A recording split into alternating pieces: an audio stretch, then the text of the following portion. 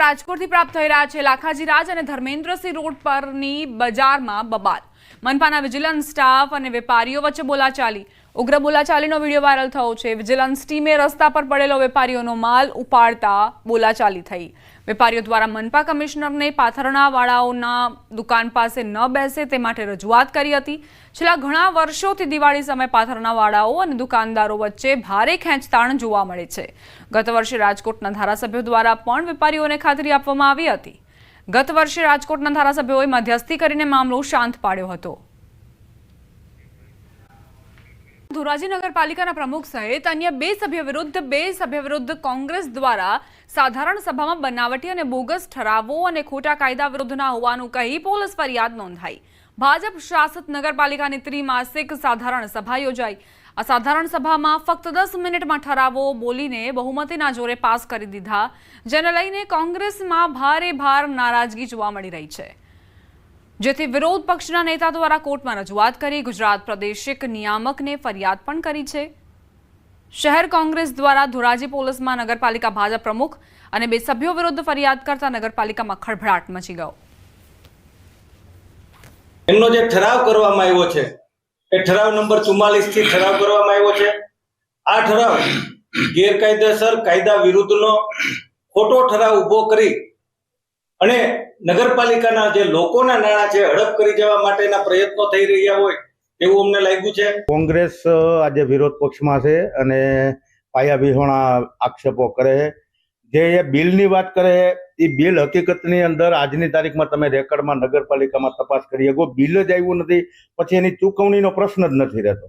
હવે જે વસ્તુની ચૂકવણી જ નથી થઈ તો ત્યાં ભ્રષ્ટાચાર કેવી રીતે? જે પાસ કરવામાં આવ્યા એમનો તો જે એજન્ડા નીકળ્યો એ આપ એજન્ડા નગરપાલિકામાંથી પણ મેળવી શકો અને એ બધા પ્રજાહિતના કાર્યોના એજન્ડા હતા.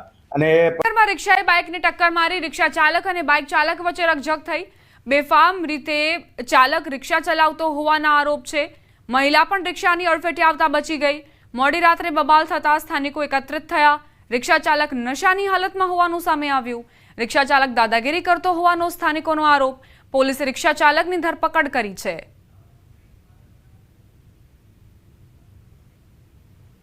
રિક્ષા અને બાઇક વચ્ચે આ બબાલ થઈ છે. અકસ્માત સર્જાયા બાદ એવો આરોપ મૂકવામાં આવ્યો છે કે રિક્ષા ચાલક નશામાં હતો અને સાથે જ તે ઝડપથી આ રિક્ષા હંકારી રહ્યો હતો, જેના કારણે એક મહિલા પણ અડફેટે આવતા બચી ગયા છે.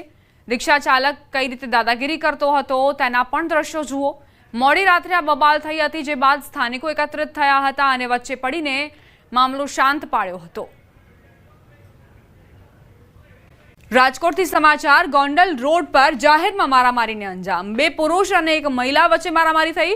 પાઇપ વડે જાહેરમાં મારામારી કરાઈ. મારામારીનો વિડીયો સોશિયલ મીડિયામાં વાયરલ થયો છે. મારામારીનું કારણ હજુ જાણી નથી શકાયું.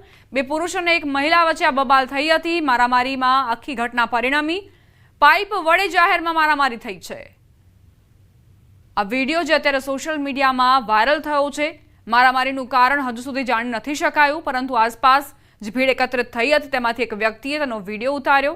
કઈ રીતે આ ઝપાઝપી થઈ, મારામારી થઈ તેના દ્રશ્યો આપ જુઓ.